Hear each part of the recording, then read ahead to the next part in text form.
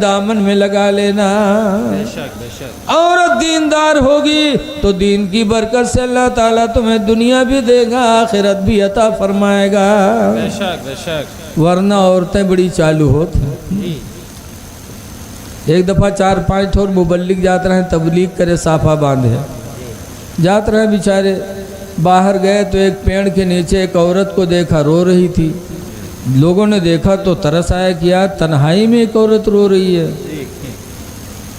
اس کے بعد کہیں چھوڑو ہٹاؤ روئے دو چل دیں. تو ایک صاحب بولے نہیں یار مخلوق ہے اللہ کی عورت ذات ہے رو رہی کس مصیبت میں خدا جانے یہ انسانیت کے خلاف ہے کہ آگے بڑھا جائے چل کے اس کی خیریت پوچھی جائے. آگے نہ جاؤ بلکہ اس کی خیریت لو. لوگوں نے کہا تم کا جائے کو جاؤ ہم لوگ نہ جائیں گے. لیکن ایک صاحب چلے گئے. وہ گئے وہاں سلام کیا اور روئی ہوئی عورت سے پوچھا کیا معاملہ ہے کیوں رو رہی ہو. تب اس نے بتایا کہ میرے بھائی میں مصیبت کی ماری ہوں. میرا شوہر ایک زمانے سے غائب ہے. میرے یہاں روزے کمانے والا کوئی نہیں. میں فاقہ پر فاقہ کرتی ہوں. شہر کے قاضی سے کہتی ہوں کہ مجھے اجازت دے دو میں دوسرا نکاح کر لوں. تو شہر کا قاضی مجھے اجازت نہیں دے رہا ہے. کہہ رہا یا تو تمہارا شوہر آ کے طلاق دے دے تب دوسرا نکاح کر سکتی ہو یا 2 گواہ آ کے گواہی دے دے کہ تیرے شوہر کا انتقال ہو گیا ہے تب تم دوسرا نکاح کر سکتی ہو. اسی مصیبت میں پریشان ہوں. کوئی روزی کمانے والا نہیں ہے. تو مبلغ صاحب نے پوچھا تو میرے لائق کوئی مدد ہو بتاؤ. تو اس عورت نے کہا مجھے کوئی مدد نہیں چاہیے آپ سے پیسہ نہیں چاہیے صرف آپ سے تھوڑی سی ضرورت ہے. کہا بولو. کہا آپ تھوڑی دیر کے لیے میرے شوہر بن جاؤ اور قاضی کے دربار میں چلے چلو اور قاضی کے سامنے کھڑے ہو کر کہہ دو کہ یہ میری بیوی ہے میں اس کو نہیں رکھنا چاہتا ہوں اور قاضی کے سامنے میرے شوہر بن کر کے مجھے تم طلاق دے دو تاکہ قاضی مجھے دوسرا نکاح کرنے کی اجازت دے دے. کس کے شوہر نے اس کو طلاق دے دیا. تو مبلغ صاحب سوچیں کہ یار یہ جھوٹ ہے لیکن اگر یہ زندگی کے مسئلہ ہے تو چلو جھوٹ بول دے بے اللہ سے توبہ کر لے بے. تو مبلغ صاحب تیار ہوئی کہیں چلو. عورت ساتھ میں لے کے گئی شہر کے قاضی کے سامنے کھڑا کر دیا. قاضی صاحب نے پوچھا کیا معاملہ ہے. تو مبلغ صاحب بولتے ہیں میری بیوی ہے لیکن بہت نالائق ہے بہت اٹھائی گیری نے بہت کمینی ہے میں اس کو رکھنا نہیں چاہتا ہوں. بھی اس سے پوچھا تو اس نے کہا ٹھیک ہے جب میں نالائق ہوں کمینی ہوں تو چھوڑ دے. تو قاضی نے کہا بھائی چھوڑ سکتے ہو. تو مبلغ صاحب نے طلاق دے دیا اور جب 3 طلاق دیا اور دینے کے بعد مبلغ صاحب وہاں سے چلے تو عورت قاضی صاحب سے کہتی ہے کہ قاضی صاحب میں نالائق تھی کمینی تھی انہوں نے مجھے چھوڑ دیا طلاق دے دیا کوئی بات نہیں لیکن میرا مہر 25,000 روپیہ جو بندھا تھا وہ تو دے دیں یہ. آپ مولوی مبلغ صاحب سٹ پٹانے. تو قاضی نے کہا بھائی اس کا مہر ادا کرو 25,000. تو مبلغ صاحب نے اس سے کہا کیا کہتی ہو ذرا غور کرو. کہا غور ہو گیا جب میں نالائق ہوں کمینی ہوں تمہارے لائق نہیں ہوں چھوڑ دیا ہے تو 25,000 مہر جو بندھا تھا اس کو تو دے دو. قاضی صاحب نے کہا اس کا مہر ادا کرو. اب مبلغ صاحب اگر کہہ دیں جھوٹ ہے تو 420 بند ہوئے. تو مبلغ صاحب نے قاضی صاحب سے کہا مجھے 2 گھنٹے کی اجازت دے دو. 2 گھنٹے کی فرصت ملی گئے بیچارے زمین بیچ کے تک لائے 25,000 مہر دیں تب چھٹکارا پایا.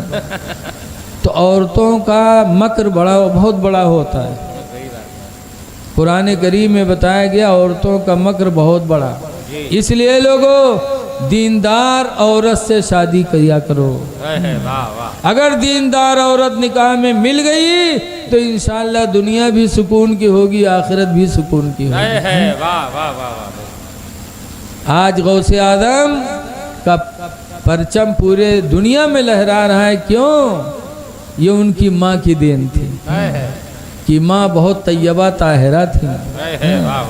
کبھی وہ بولی نہیں بولی جو اسلام میں غلط ہو کبھی غلط چیزوں کو دیکھا نہیں ہے اس لیے گزارش ہے کہ قرآن شریف پڑھ لو، نہ پڑھے ہو تو بیوی سے پڑھ لو۔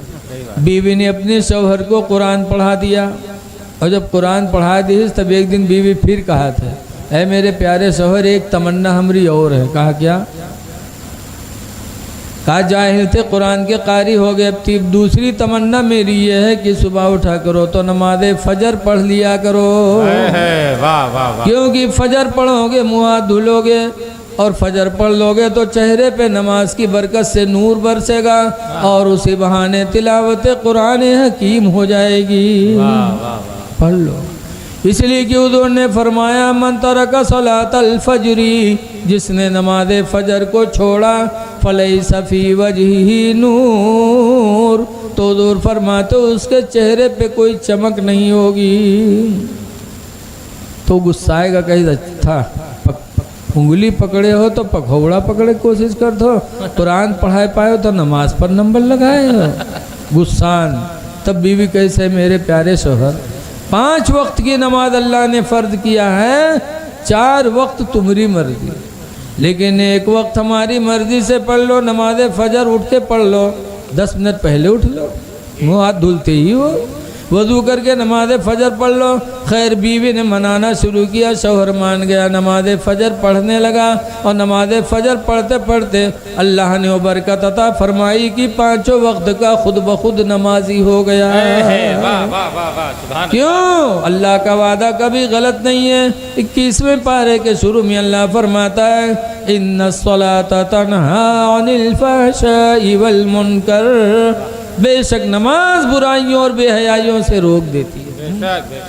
اس لیے گزارش ہے کہ قرآن پڑھو، نمازوں کی پابندی کرو اور ایک دوسرے کے ساتھ اچھا برتاوا کرو۔ آج بات پہ ہم لوگ جھگڑا کرتے ہیں، صبر نہیں کر پاتے۔ غوث اعظم کے ماننے والوں ذرا غوث کی زندگی دیکھو۔ ایک دن بغداد کی ایک گلی سے جا رہے تھے، ادھر سے ایک نوجوان آ رہا تھا اور قریب میں آیا، نہ بات نہ چیت، اس نوجوان نے آتے آتے غوث اعظم کے چہرے پہ تماچا مارا۔ تو غوث اعظم بجائے بدلہ لینے کے دوسرا گال پیش کر دیا، ایسے کہا لو اس کو بھی لو۔ جب دوسرا رخ پیش کیا تو مارنے والا نوجوان شرمندہ ہو گیا، کہنے لگا تعجب ہے، آپ کو بدلہ لینا چاہیے، اور بجائے بدلہ لینے کے آپ نے دوسرا رخ پیش کر دیا۔ تو غوث اعظم کہتے ہیں کیا بدلہ لوں؟ تم نے میرے ساتھ احسان کیا ہے، ہاں وعدہ کرتا ہوں کہ اگر اللہ نے آخرت میں مجھے جنت دیا تو بغیر تمہیں ساتھ لیے میں جنت میں نہیں جاؤں گا۔ تم نے میرے ساتھ احسان کیا۔ وہ نوجوان اور شرمندہ ہو گیا، کہنے لگا اے عبدالقادر جیلانی، میں نے احسان کیا کیا؟ میں نے تو بغیر غلطی کے تمہیں تماچا مارا ہے۔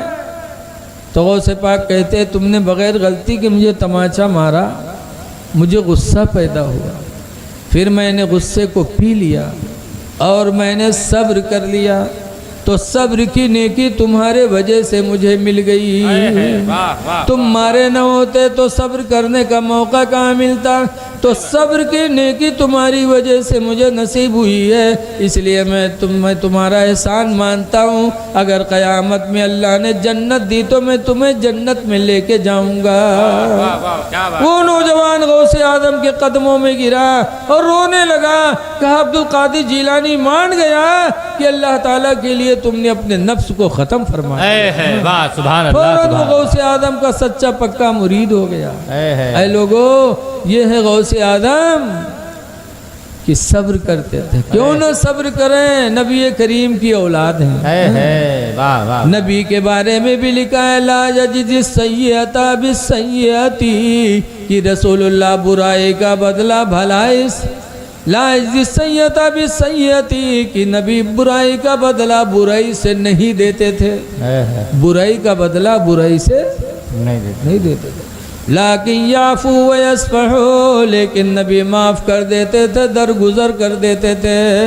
تو جب نبی ایسا کرتے تھے تو ان کی اولاد بھی ایسے کرتی ہے۔ بے شک بے شک، ہم اور آپ ماننے والے، ہم اور آپ کو بھی ایسے کرنا چاہیے۔ کوئی مار دے تو بدلہ نہ لو بلکہ صبر کر لو۔ بے شک کوئی گالی دے دے تو صبر کر دو اور صبر کر کے اپنے نبی کی زندگی کو روشن کر دو